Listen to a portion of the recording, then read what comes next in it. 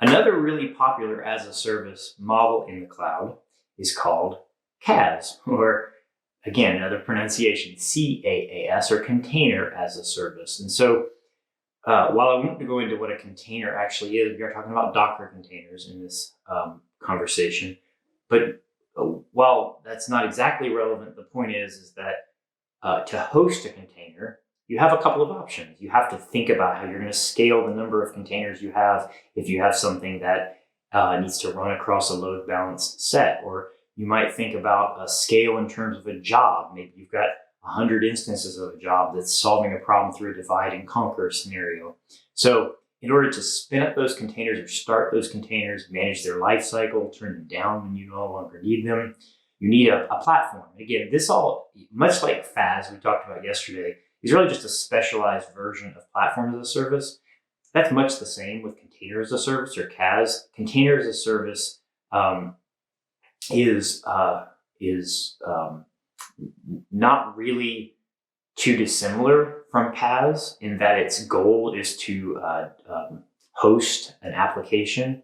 It also, you could argue, isn't that different from FaaS in that if all your container does is run a single service, you may even argue that it's much the same value, though maybe slightly heavier weight, but you get many of the benefits of containerization and container management. Now, container as a service technologies run the spectrum in terms of shapes and sizes they come in. The most straightforward one that is unto itself is Amazon's offering, ECS, or Elastic Container Service.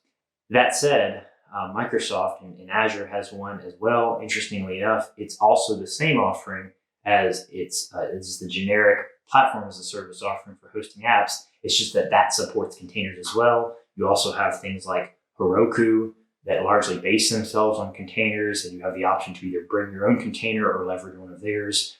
DigitalOcean does provides a very similar platform as a service offering where it's containerization or supportive containerization is present.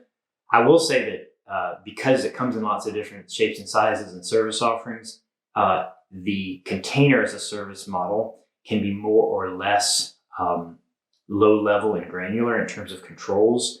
ECS, or Elastic Container Service, or Azure's service with an app service plan, as well as its sort of reliant or undergirding technologies of Azure Container Instances.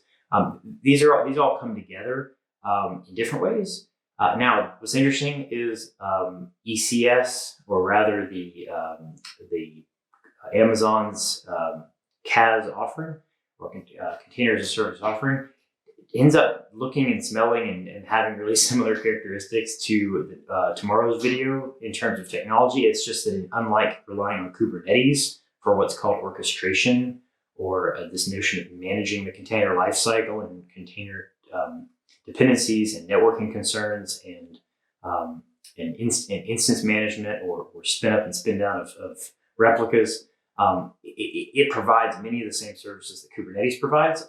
But again, it is not Kubernetes specific. So, for example, if you really like, for example, the AWS portal, the online experience, the console, then you might like ECS over EKS, which is their equivalent Kubernetes as a service. Again, we'll talk about that tomorrow.